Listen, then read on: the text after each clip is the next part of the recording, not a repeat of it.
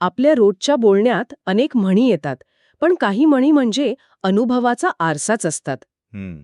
आज आपण अशाच एका म्हणीचा अर्थ उलगडणार आहोत. तेल गेले, तूप गेले, हाती धुपाटणे आले.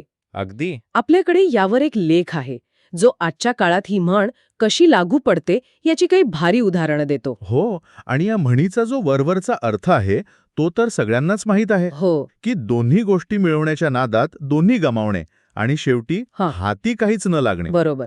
पण याच्यात एक छुपा अर्थ आहे, तो म्हणजे नुकसान झाल्यावर येणारी स्वतःच्या मूर्खपणाची जाणीव, ती जास्त बोचरी असते. अगदी. चला तर मग लेखातलं पहिलंच उदाहरण घेऊया.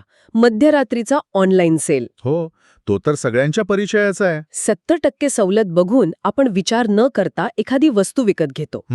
मग त्यासाठी लागणारा चार्जर, कव्हर, स्क्रीन गार्ड यावर वेगळा खर्च करतो. पण आठवड्याभरात लक्षात येतं की ती वस्तू आपल्या काहीच कामाची नाहीये. आणि गंमत म्हणजे इथे फक्त पैशाचं नुकसान होत नाहीये. नाही. खरी किंमत आपण कॉमन सेन्सची चुकवतो. ती आतली लढाई जास्त महत्वाची आहे. जिथे आपलं मन नको म्हणत असतानाही हो हो. मेंदू एकदाच तर पुन्हा संधी नाही मिळणार असं म्हणून मोहात पाडतो. हा मोहच आपल्याला खड्ड्यात घालतो. पण मला एक प्रश्न पडतो की असं का होतं? म्हणजे आपल्याला आतून कुठेतरी कळत असतं की ही चूक आहे, तरीही आपण स्वतःला थांबवू का शकत नाही? यालाच मानसशास्त्रात आशावादी पूर्वग्रह किंवा ऑप्टिमिझम बायस असं काहीसं म्हणता येईल. अच्छा.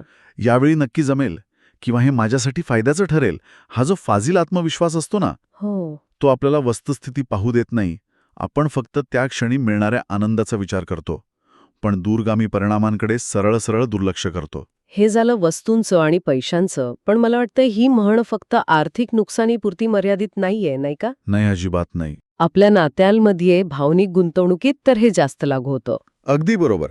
आणि तुम्ही जो भावनिक गुंतवणुकीचा मुद्दा मांडलाय, तोच या म्हणीचा खरा गाभा आहे. लेखात मित्राच्या फुल गॅरंटीचा एक उदाहरण आहे. आपण मित्रावर विश्वास ठेवून मोठी गुंतवणूक करतो, हो. पण काही महिन्यात तो मित्र आणि त्याची गॅरंटी दोन्ही गायब